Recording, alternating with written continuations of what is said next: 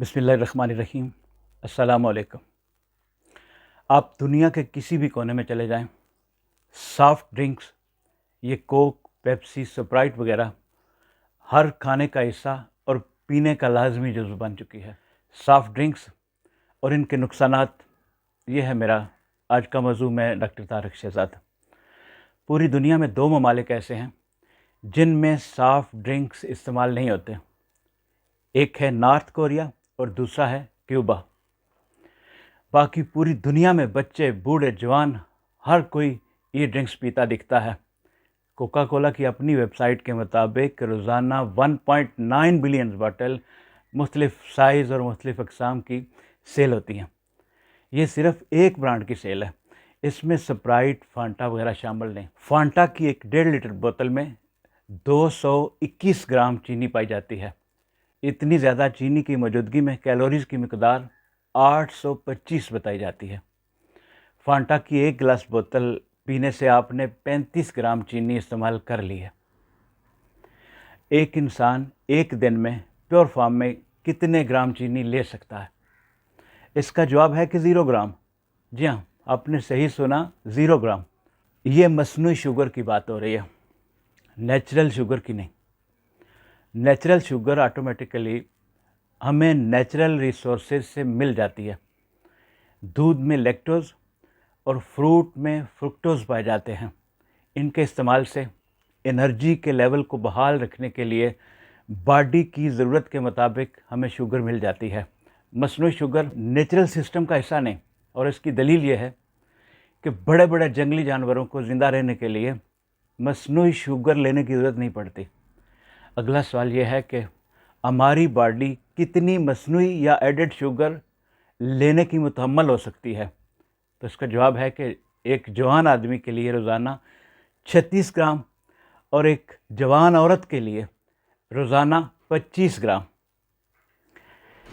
और मरिंडा की एक हाफ लीटर बोतल लेने पर आप 70 ग्राम चीनी ले चुके हैं। एक आध बार पीने से कुछ नहीं होता, लेकिन अगर आप मुस्तकिल सॉफ्ट ड्रिंक्स के आदी हैं तो उस सूरत में आपके जोड़ों में दर्द रहना शुरू हो जाएगा। जिल्द की साख्त में ऐसी तब्दीलियां आ जाएंगी कि आप अपनी उम्र से ज़्यादा बड़े दिखाई देने लगेंगे। फैटी लिवर होगा, फिर लिवर डैमेज होना शुरू हो जाएगा, टाइप 2 डायबिटीज़ हो जाएगी, पेनक्रियाज या लबलबा ब्रेक डाउन कर जाएगा, गुर्दों के फेल होने के इम्कानात बढ़ जाएंगे, हार्ट फेलियर और हार्ट अटैक का रिस्क कई गुना ज़्यादा हो जाएगा, और डेफिनेटली मोटापा तो होना ही होना है। ज़्यादा शुगर लेना किसी भी नशे की तरह एक एडिक्शन है, और किसी नशे की तरह शुगर को छोड़ना भी इतना आसान नहीं। 2017 की एक तहकीक के मुताबिक शुगर की एडिक्शन को कोकीन की एडिक्शन के मुतरादिफ करार दिया गया। पेप्सी और कोका कोला का डार्क ब्राउन कलर जो आप देखते हैं, ये बनता है कैरेमल से। 2012 की कई तहकीकात और कई आर्टिकल्स मिलते हैं जो कैरामल को कैंसर से लिंक करते हैं। कैरामल है क्या चीज़? अमोनिया और सल्फाइड को चीनी के साथ मिलाकर गर्म किया जाता है। इस अमल से एक बाई प्रोडक्ट निकलता है जिसे 4MI का नाम दिया जाता है। अमरीकी रियासत कैलिफोर्निया में 1912 की तहकीकात के मुताबिक ये एक बहुत डेंजरस मटेरियल है। इस पर वहाँ बहुत ज़्यादा एहतजाज किया गया। इस पर कोका कोला कंपनी ने यह ऐलान किया कि वो इसके फार्मूले को तब्दील कर रहे हैं। ये तब्दीली इन्होंने सिर्फ अमेरिका में की। ऐसे ममालिक जिनमें कोई एहतजाज नहीं किया जाता, वहाँ पर सबका फार्मूले को कैरी ऑन रखा जाता है। अब आते हैं मिरिंडा और फांटा की तरफ। इनमें बेशक कैरेमल नहीं होता, लेकिन इनमें जो होता है वो कैरेमल जितना ही नुकसानदेह है। इसका ऑरेंज कलर बनाने के लिए जो कलर इस्तेमाल होता है उसका कोड नंबर है E110। इस कलर पर तहकीकात की गई।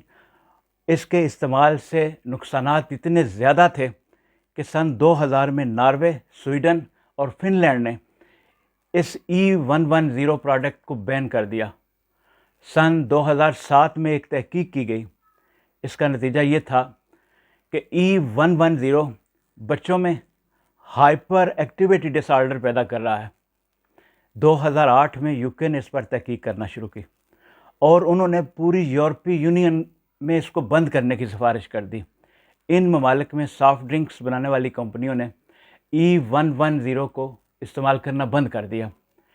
ان ممالک میں رولز کی پابندی کی گئی، لیکن باقی ممالک جن میں کوئی احتجاج، کوئی آواز نہیں اٹھائی گئی، ان میں جیسے چل رہا تھا ویسے چلنے دیا۔ کسی ملک میں اگر ان کمپنیوں کے خلاف کوئی کیس فائل کیا جاتا ہے تو یہ اپنی مرضی کے فیصلے لینے کے لیے بڑی بھاری رقم خرچ کرتی ہیں۔ اگر کسی ملک میں کینسر کی ریشو تیزی سے بڑھ رہی ہے تو پھر انہی ممالک کی ملٹی نیشنل کمپنیوں کے لیے میڈیسن سیلز کرنے کا میدان ہموار ہو رہا ہوتا ہے۔ ان سافٹ ڈرنکس میں اگلا کیمیکل ہے سوڈیم بینزوئٹ۔ اس کے لیے کوڈ استعمال ہوتا ہے E211۔ مختلف لیب ٹیسٹ سے ان سافٹ ڈرنکس میں بنزین کی موجودگی کا پتہ چلا۔ بنزین ایک ایسی گیس ہے جو گاڑیوں کے دھوئیں میں پائی جاتی ہے۔ بیسیکلی کوئلے اور تیل کے جلنے سے یہ گیس پیدا ہوتی ہے۔ سوڈیم بینزوئٹ جب اسکاربک ایسڈ کے ساتھ ملتا ہے تو بنزین پیدا ہوتی ہے۔